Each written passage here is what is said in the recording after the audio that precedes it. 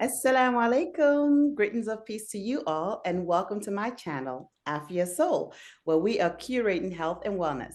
I'm your host, Dr. Demi Fozia. Today, I'm joined by special guests to do our year-end reflection as we close out 2023. At Aafiyah Soul, my aim is to curate health and wellness. For me, a huge way to accomplish that is by surrounding myself with friends, soul sisters, if you will, who share similar values and truly support and love each other for the sake of Allah. Today, I present to you the Platinum Sisters. Start out with a quick intro. I'm a mom of 3 boys, and I work, my training is in the health field. I'm a public health researcher, and I'm very much into health and wellness. My name is Halima, and I'm a mom of three, two young adult kids and one teenager. And my career has been here in the DC, Maryland, Virginia area as a government contractor. I'm Jamila. I'm a mom of 2 boys, 12 and 15. I'm from the DC area, currently living outside of this city. I've been working for 20 years as a radiologic technologist, think everything medical imaging. I am a mom of 2. They're 10 years apart, so that's a help. It's a helping hand with that first one. Thank you all so much for that introduction. Okay, so we are going to get into it. 2023 is about to be over. Can y'all believe it? Like, whoa, where did the time go? Things first, what are 3 words to describe this year, this 2023, and why? So I'll start. Go ahead, Sheila. So I have love and loss and patience. Ooh, love, loss, and patience. Okay, thank you for that. How about you, Amira? What 3 words will describe this year? Definitely patience, patience, resilience, and acceptance. Patience, resilience, and acceptance. All right. Halima? Absolutely. Change, growth, and health. Change, growth, and health, you said?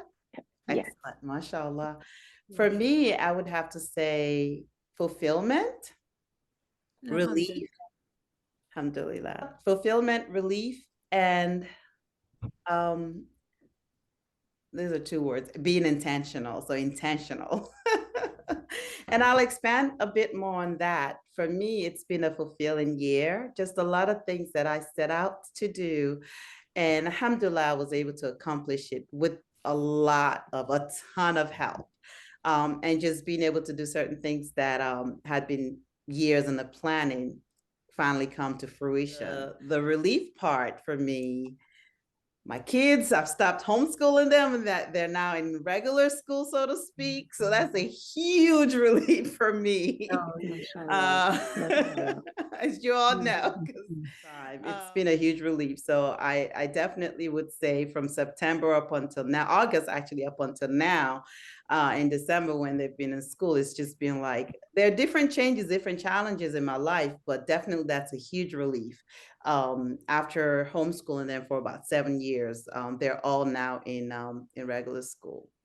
So I know all of you know that I've lost my father this past year, and that's the loss. That's the loss. But I had the time to just kind of love on him during that time.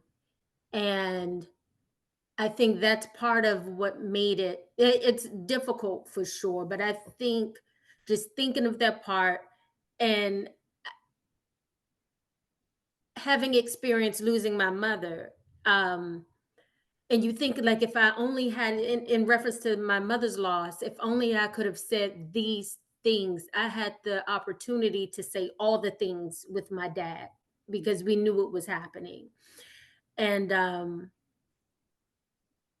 I remember with my mom, someone made dua for me and prayed for peace and patience. And I thought it was so stupid. Like, I didn't get it. I did not get peace and patience, like paying for patience. Like it just wasn't, I just think I was angry at the world. Nothing was making sense. But honestly, I've had to find myself praying for patience. Like I know death is a part of life, and you say all the words and all the things that you know to be true.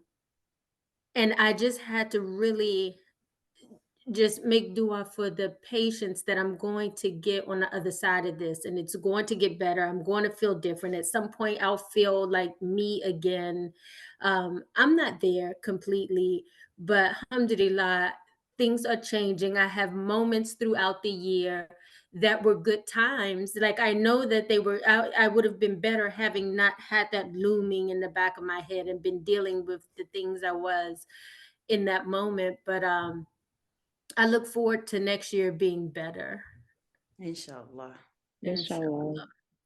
Inshallah. Sure. So, when I think about the changes that I've experienced in my life this year, I think what stands out the most is being able to interact with my adult children in a way that's sort of separate from motherhood, and more along the lines of just humanness or womanhood. And I'm able to share parts of myself with them now because they're older. They're able to hear it, they're able to understand it, and they're able to really reflect on how I grew up with them. And they're no longer living with me, they're living on their own, and so now they know kind of what it's like to be young and in your 20s, and starting fresh and anew. So there's some things about myself, major shift to be able to speak to your children in that way. It's also a major shift to not have them in the house anymore too. So I think that's the biggest change that stands out for me for 2023. So this year I had to, so my daughter had a speech delay, and you know, her first year in preschool was difficult because um after coming out of COVID, she really didn't have that socialization. So that first year was so difficult. A lot. And then having her, we went through an assessment where, um, they thought she was on a spectrum. And then, having to accept that and, accept, how she was, and but then also be able to find out how to, find a place that was best for her and would help her, help her feel comfortable and be able to grow and learn and be comfortable.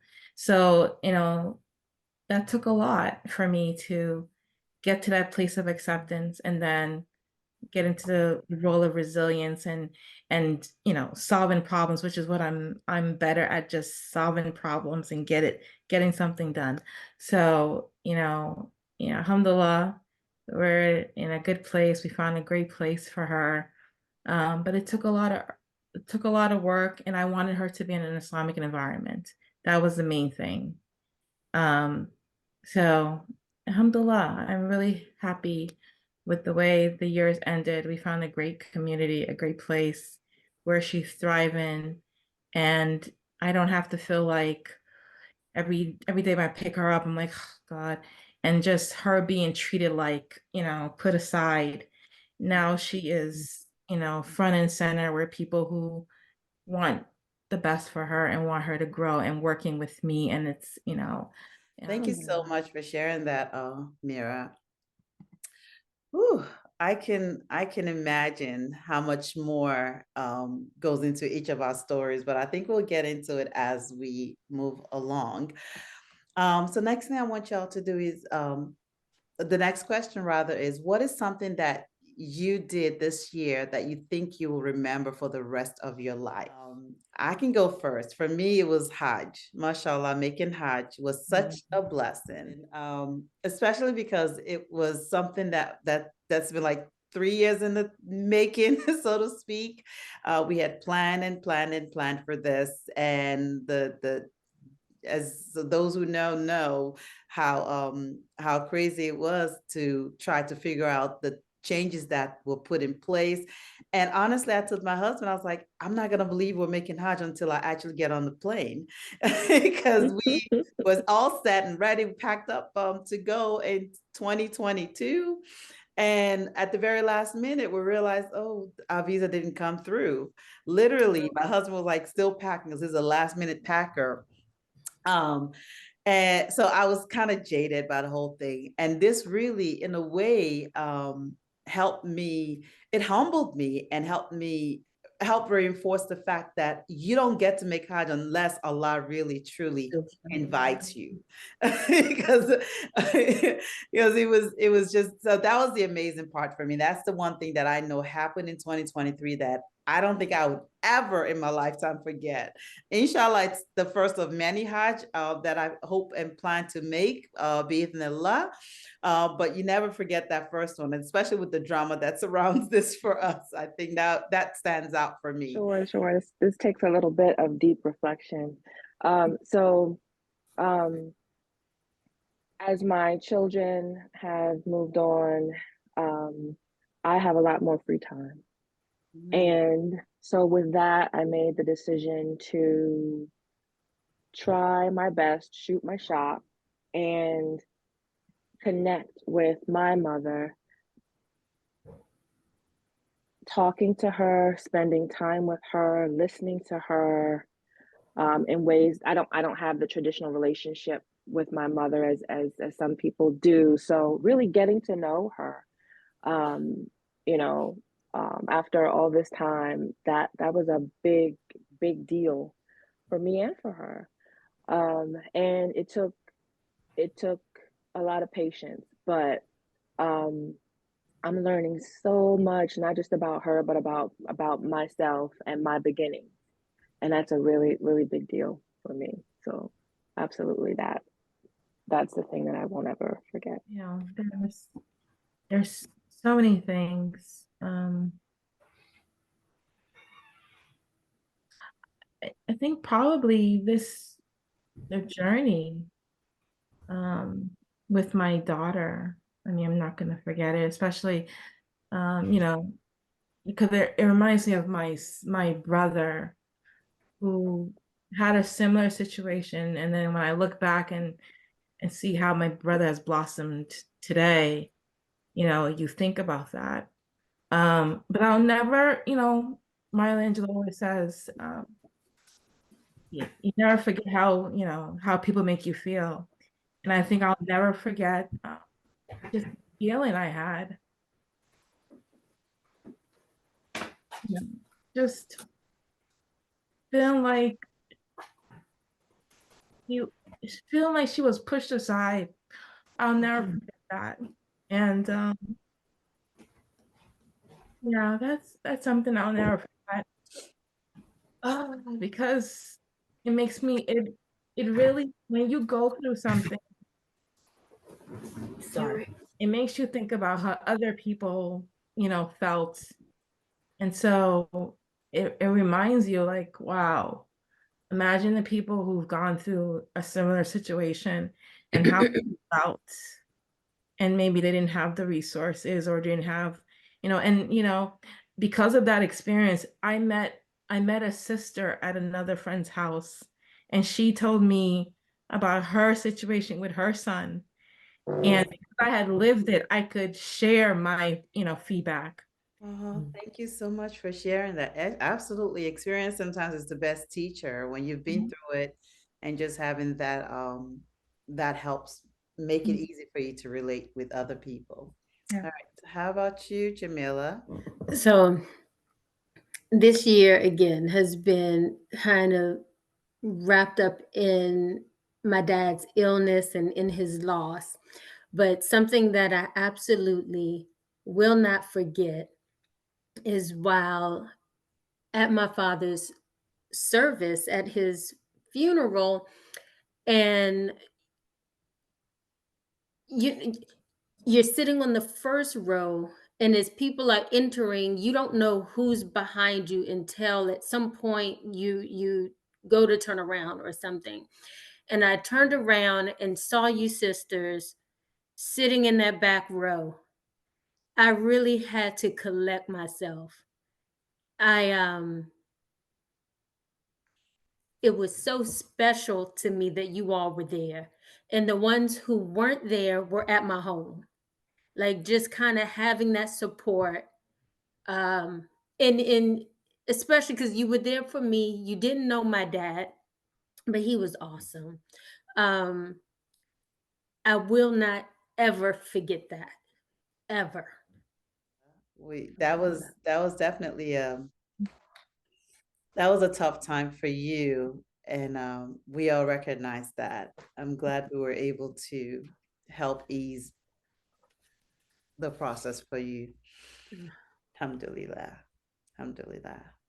And mashallah, I think you pulled through Mhm. gracefully, and you taught us a lot.